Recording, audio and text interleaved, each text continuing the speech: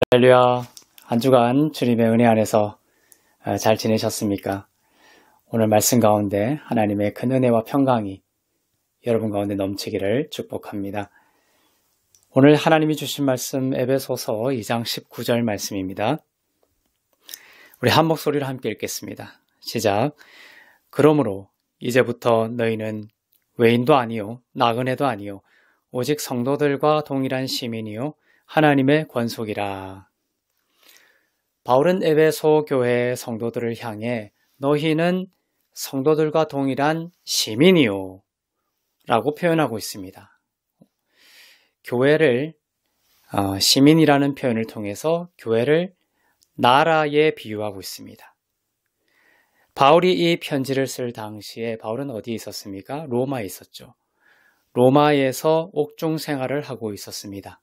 바울이 있었던 로마는 큰 그 로마 제국이라는 그 나라의 중심부였습니다.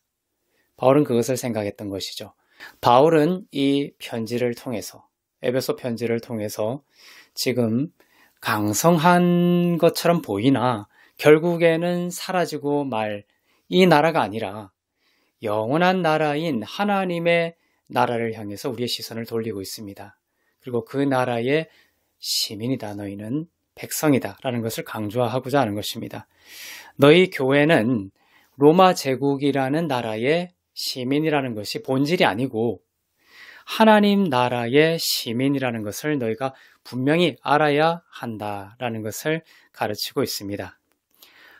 여러분은 누구입니까? 여러분은 하나님 나라의 시민이고 하나님 나라의 백성인 줄로 믿습니다. 아멘. 하나님의 나라라는 개념은 성경 전체를 관통하여 흐르는 아주 중요한 개념입니다. 하나님께서 아브라함을 부르시기 전까지 창세기를 쭉 읽어보세요. 하나님이 아브라함을 부르시기 전까지 그때까지는 온 세계를 하나님의 있는 그대로 다루셨습니다. 창세기 11장까지는 온 세상과 모든 사람들의 역사를 다루셨습니다. 그러나 창세기 12장부터는 달라집니다. 나라의 개념으로 정밀해집니다. 하나님은 하나의 민족, 이스라엘이라는 하나의 민족을 택하셔서 아주 특별하고 유별나게 다루기 시작하십니다. 이스라엘이라는 나라와 민족을 특별히 다루기 시작합니다. 그렇게 하시면서 성경은 하나님의 백성이 하나님의 나라요, 하나님 나라의 민족이라는 시민이라는 것을 밝히시는 것입니다. 출애굽기 19장에서도 이 나라의 개념이 반복되어 강조됩니다. 하나님께서는 모세를 불러서 율법을 주시죠. 시내산에서. 그때에 나라와 백성이라는 개념을 다시 언급하십니다. 출애굽기 19장 6절을 보겠습니다. 시작. 너희가 내게 대하여 제사장 나라가 되며 거룩한 백성이 되리라. 너는 이 말을 이스라엘 자손에게 전할지라. 하나님은 그들이 알기를 원하셨어요. 무엇을요? 그들이 하나님께 속해 있으며 하나님은 그들의 왕이요 그들은 그의 하나님의 백성이라는 사실을 그들이 깨닫기를 원하셨습니다. 약속의 땅으로 들어가기 전에 이 사실을 반드시 알아야 한다는 것이었습니다. 이스라엘의 비극 중에 하나는 그들이 하나님께 대하여 거룩한 나라임을 인식하지 못했기 때문입니다. 그들이 하나님 나라의 거룩한 백성이라는 하나님의 거룩한 나라라는 인식을 그들이 하지 못했기 때문에 그들은 정말 많은 슬픔과 비극을 당할 수밖에 없었습니다. 하나님은 시내산에서 이스라엘 민족에게 하나님의 거룩한 나라가 되리라고 하신 뒤에 율법을 주시겠다고 하셨습니다. 근데 이 지점이 복음적으로 아주 중요한 지점이에요. 거룩한 나라가 될 것이다 라고 하고서 율법을 주셨습니다. 언뜻 생각하면 그 주시는 율법을 다 지키면 거룩한 나라가 되겠구나라고 생각할 것입니다. 시내산에 있었던 그 이스라엘 민족도 동일하게 생각했어요. 그래서 하나님께 이렇게 그들은 대답했습니다. 무슨 율법이든지 다 명령하십시오. 우리가 그 명령대로 다 행하겠다. 이렇게 대답하였습니다. 얼핏 보면 참 좋은 대답인 것 같죠. 그러나 그것은 율법을 주신 하나님의 의도와 배치되는 대답이었고 거룩한 하나님의 나라가 되는 길과 반대되는 대답을 한 것입니다. 출애굽기 19장 8절을 보겠습니다. 이스라엘 백성들이 했던 대답이에요. 시작. 백성이 일제히 응답하여 이르되 여호와께서 명령하신 대로 우리가 다 행하리이다. 모세가 백성의 말을 여호와께 전하매. 이렇게 모세가 백성들의 말을 전했죠. 그 백성들의 말이 무엇입니까? 무엇이든지 다 명령하시라. 그러면 우리가 다 지킬 수 있다. 다 지킬 수 있다. 하나님의 그 거룩한 나라가 되는 그 길을 이 율법을 다 지키는 것을 통하여 우리가 해낼 수 있다. 이렇게 자고했던 것이죠.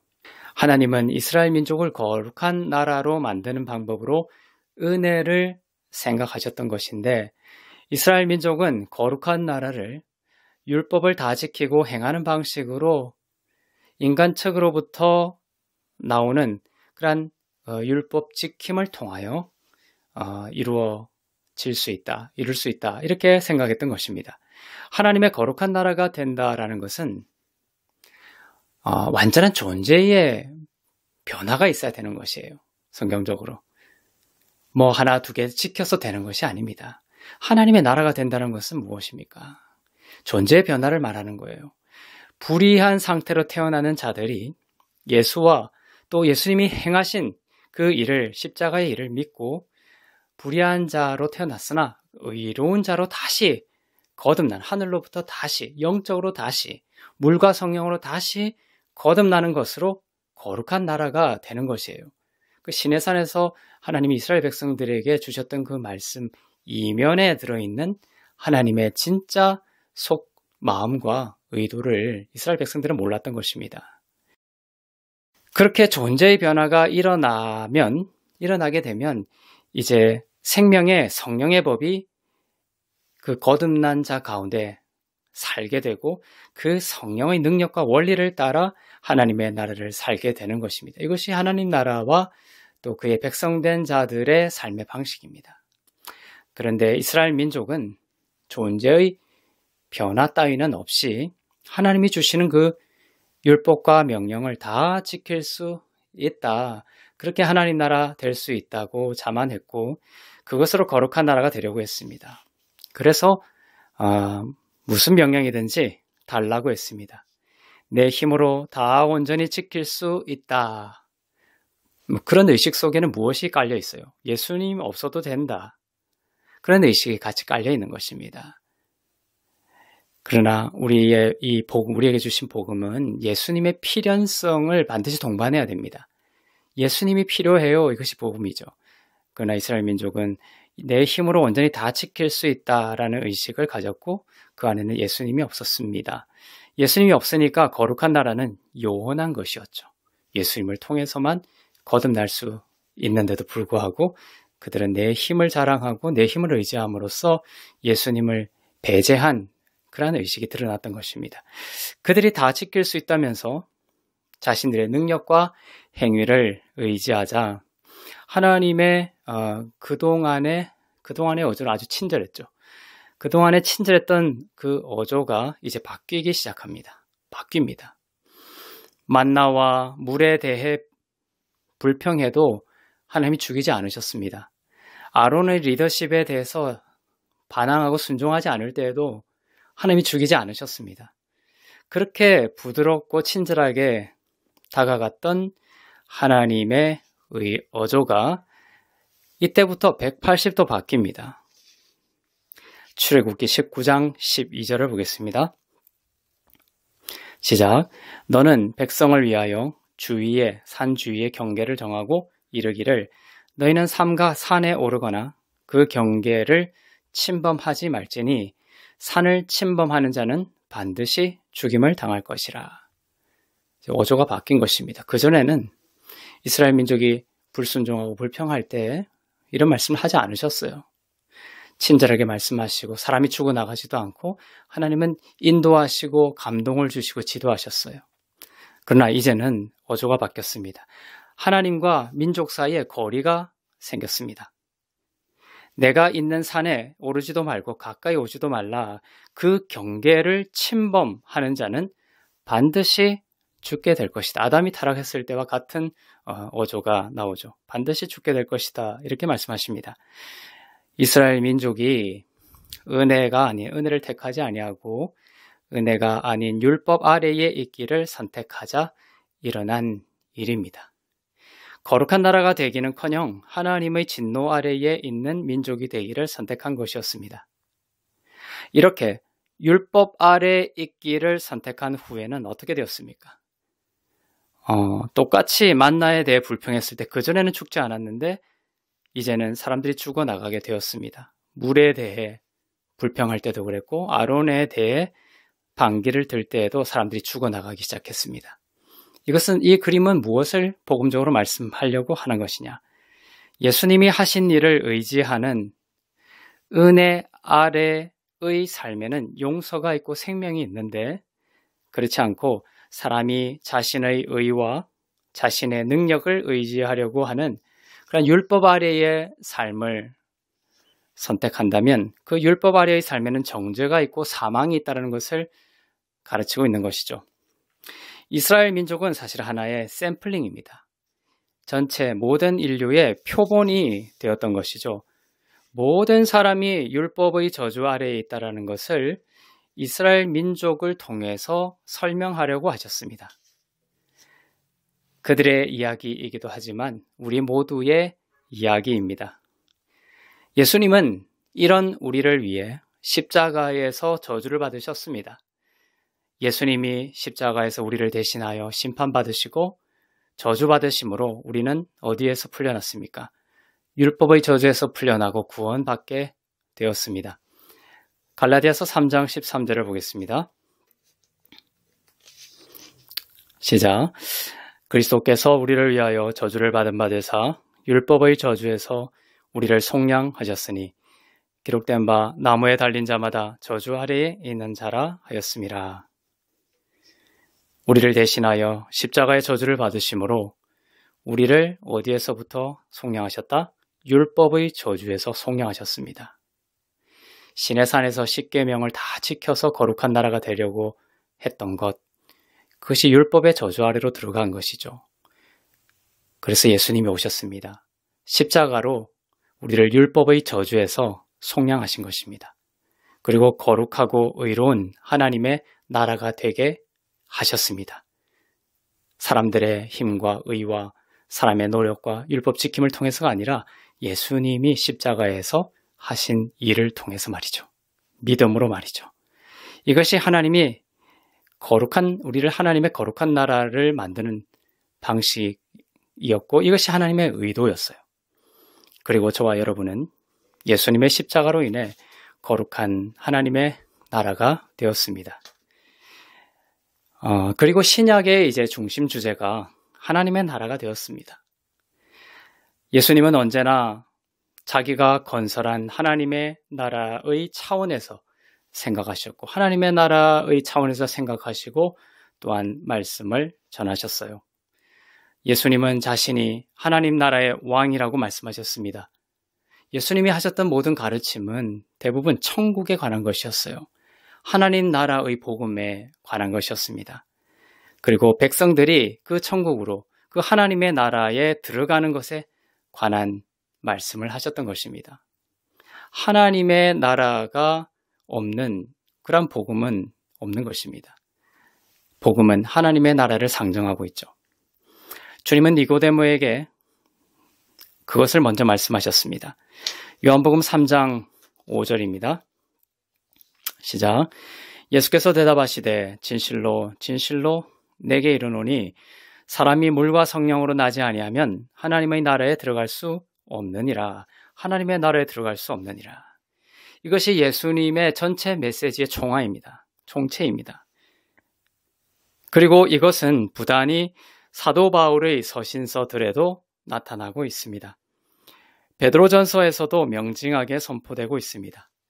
베드로전서에서 사도 베드로는 그 출애굽기 19장에서 하나님이 의도하셨던 그 말씀 그대로 가져와서 예수님으로 인해 너희로 인해서가 아니라 예수님으로 인해 너희가 거룩한 하나님의 나라요 백성이 된 것을 선포합니다. 여러분은 하나님의 거룩한 나라라는 것을 믿음으로 받으시기를 바랍니다. 자, 베드로전서 2장 9절부터 10절 말씀을 읽겠습니다. 시작. 그러나 너희는 택하신 족속이요 왕같은 제사장들이요 거룩한 나라요 그의 소유가 된 백성이니 이는 너희를 어두운 데서 불러내어 그의 기이한 빛에 들어가게 하신 이의 아름다운 덕을 선포하게 하려 하심이라. 너희가 전에는 백성이 아니더니 이제는 하나님의 백성이요 전에는 긍휼을 얻지 못하였더니 이제는 긍휼을 얻은 자니라. 전에는 백성이 아니었습니다. 예수님이 오시기 전에는 하나님 나라가 시작되지 않은 것이죠. 하나님의 나라는 예수님이 오시면서 시작이 되었습니다. 율법의 저주 아래에 예수님이 오시기 전에 모든 사람들은 율법의 저주 아래 있었던 것입니다. 예수님이 오시고 나서 하나님의 나라가 시작이 되었습니다. 여러분은 예수님을 믿기 전에는 하나님의 거룩한 나라가 아니었지만 이제는 거룩한 그의 나라가 되었고 그의 소유가 된 백성이 되었습니다. 자, 이렇게 시작된 하나님 나라 얼마나 좋습니까? 그 하나님 나라의 세 가지 요점을 살펴보겠습니다. 많이 있지만 중요한 세 가지 요점을 살펴보겠습니다. 하나님 나라의 첫 번째 요점은 구별입니다. 우리가 모든 다른 사람들과 구별된 사람들이며 분리된 사람들이라는 것입니다. 하나님의 나라는 이러한 구별을 전제로 합니다. 나라라는 것이 무엇입니까? 나라에는 성벽과 국경이 있습니다. 구별되었음을 뜻하는 것이죠. 하나님의 나라라는 그 말씀 개념 안에는 하나님은 그리스도 안에서 여러분을 어두운 데서 불러내셨어요. 구별하셨습니다. 기이한 빛, 즉 하나님의 나라에 들어가게 하셨습니다. 그리고 하나님의 나라가 되게 하셨습니다. 여러분은 세상에서 벗어났고 구별되었습니다. 하나님 나라의 두 번째 요점은 이렇게 구별된 하나님 나라의 백성들은 어느 한 통치자와 그분의 통치에 대해 공통적인 끈으로 함께 연결된 사람들이라는 것입니다. 우리는 모두 같은 머리와 같은 마음과 영원하고 영구적인 왕에 연결되어 있다는 것을 인식하는 사람들입니다. 우리는 같은 생명의 성령의 법을 따릅니다. 우리는 왕이 하신 일과 그분의 통치로 인한 동일한 유익을 누립니다. 우리는 왕을 중심으로, 왕이신 예수 그리스도를 중심으로 서로 결속을 맺고 연결되어 있습니다. 우리는 단순히 하나의 조직이나 눈에 보이는 외적인 기관으로서의 교회가 아닙니다.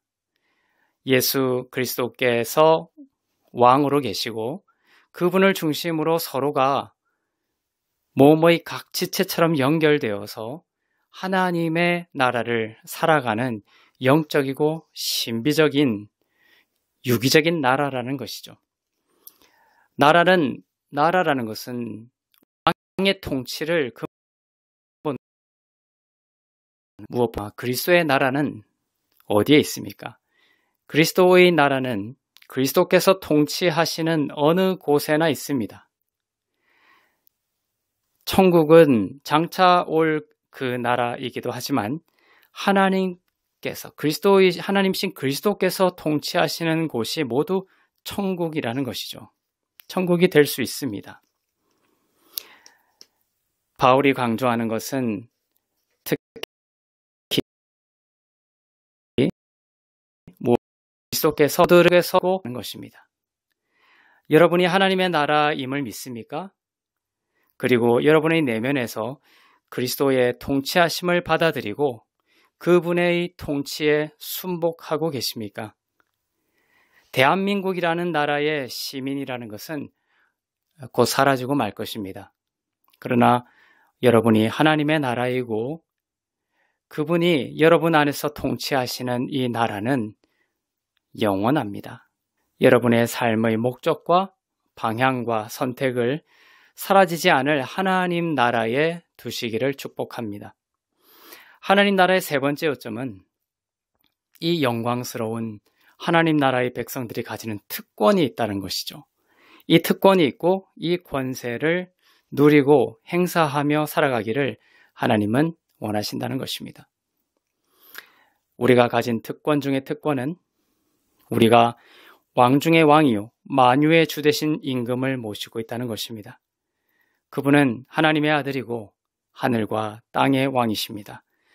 우리는 땅 끝까지 이르러 왕이신 예수 그리스도와 그분으로 인해 온 이 하나님의 나라, 곧 천국 복음을 전하는 특권을 가진 자들입니다.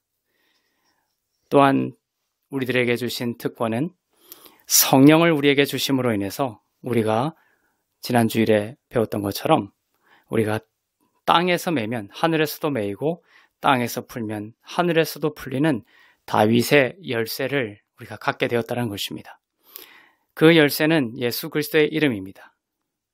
예수 그리스도의 이름을 사용하고 누림으로 인해 지극히 높으신 그분의 이름 앞에 묶였던 것이 풀리고 죽었던 것이 살아나고 어둠 속에 있었던 것들이 빛으로 변화되는 그런 구원의 역사가 하나님의 나라인 여러분을 통해서 이루어지기를 주님의 이름으로 축복합니다.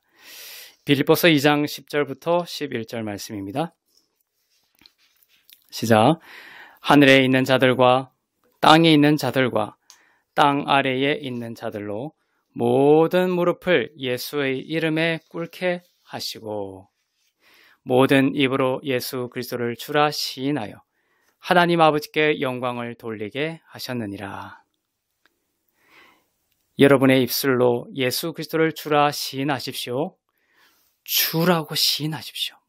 모든 면에서 여러분의 삶에 일어나는 모든 상황과 또 모든 여러분에게 닥치는 일어나는 모든 일 가운데 예수님을 가장 높은 그것을 다스리고 통치하시는 주님으로 인정하고 시인하는 여러분이 되시길 바랍니다. 걱정과 염려라는 이름이 있습니까? 예수 그리스도가 그 걱정과 염려를 통치하시는 주님이라는 것을 시인하십시오. 질병과 재정적인 어려움이라는 이름이 있습니까? 모든 그 무릎이 예수의 이름 앞에 복종하고 회복되고 생명의 문이 열릴 것을 믿고 시인하십시오. 주님 다스려 주시옵소서. 그분을 인정하고 의지하십시오. 사랑이 필요합니까? 희락과 화평과 오래 참음과 자비와 양성과 충성과 절제, 이것이 필요합니까? 예수님을 바라보고 그분이 내 안에 통치하심으로 이 모든 것이 예수님으로부터 흘러오고 있다는 것을 시인하고 믿으시기를 바랍니다. 주시는 주님이십니다. 이미 주신 주님이십니다. 그분이 성령을 통해서 이미 주셨으며 또한 주실 것임을 믿고 안식하시기를 바랍니다. 다 이루었다 해서 걸어 나가는 것이 복음입니다. 예수님 안에서 하나님의 나라가 이미 왔습니다. 만유의 주님이 십자가의 승리를 통해 모든 것을 주셨습니다. 그 평안과 안식 속에서 주께 구하고 선포할 때에 밝아지고 드러나게 될 것입니다. 구하는 것이요. 오늘 우리는 하나님의 나라로 이렇게 모였습니다. 우리 가운데 왕이신 그리스도께서 계십니다. 로마 제국도 따라올 수 없는 하나님의 나라가 지금 여기에 있습니다. 그리고 여러분이 하나님의 나라입니다. 그리스도가 우리의 마음과 생각을 통치하시는 나라가 되기를 원합니다. 그렇게 연결되어진 나라들, 여러분들이 다 나라예요. 그렇게 예수께서 통치하시는 나라들이 다 모여서 큰 하나님의 나라를 만드는 것이죠. 그렇게 연결되어진 머리를 중심으로 세워진 하나님의 나라가 등경 위에 등불처럼 서로를 비추고 세상을 밝게 비추는 행복하고 아름다운 하나님 나라의 삶이 되기를 주님의 이름으로 축복합니다. 한 주간도 주님의 그리스도께서 통치하시는 그 통치에 따라 살아가는 하나님 나라의 인생이 되기를, 삶이 되기를 주님의 이름으로 축복합니다. 기도하겠습니다. 사랑의 하나님 아버지, 예수 그리스도의 은혜로 우리를 거룩한 하나님 나라가 되게 하시니 감사합니다. 왕이신 그리스도께서 통치하시고 다스리시는 나라가 되게 하시고 그런 나라로 어둠 속에 등불처럼 비춰져서 모든 입으로 예수를 주로 시인하는 축복의 삶이 되게 하옵소서. 그러한 삶을 누리게 하시고 그러한 삶을 세상에 비추어주는 인생이 되게 하여 주시옵소서. 전쟁과 재난이 땅에 구원을 주시며 질병으로 눈물 짓고 있는 하나님의 자녀들 예수 그리스도의 이름으로 예수 그리스도의 보혈로 일어나게 하여 주시옵소서. 모든 것이 하나님의 은혜입니다. 하나도 하나님의 은혜 아닌 것이 없습니다. 고백으로 드린 예물 위에 기름 부으사 쓰이는 곳마다 복음이, 천국 복음이 전파되고 교회가 세워지고 하나님의 나라가 온전히 임하게 하옵소서. 감사드리며 이제는 우리 주 예수 그리스도의 은혜와 하나님 아버지의 사랑과 성령님의 위로 교통 새롭게 하심의 역사가 예수 그리스도께서 통치하시는 하나님 나라의 빛처럼 살아가기를 소망하는 주 안에서 의롭고 흐뭇고 거룩한 교회 가운데, 선교사님들 가운데, 북녘 땅과 민족들 가운데 이제부터 영원토록 충만하시기를 간절히 축원하옵나이다. 아멘. 할렐루야. 예배를 받으신 주님을 찬양합니다. 한 주간도 예수 그리스도께서 통치하시는 한 주가 되기를 주님의 이름으로 축복합니다.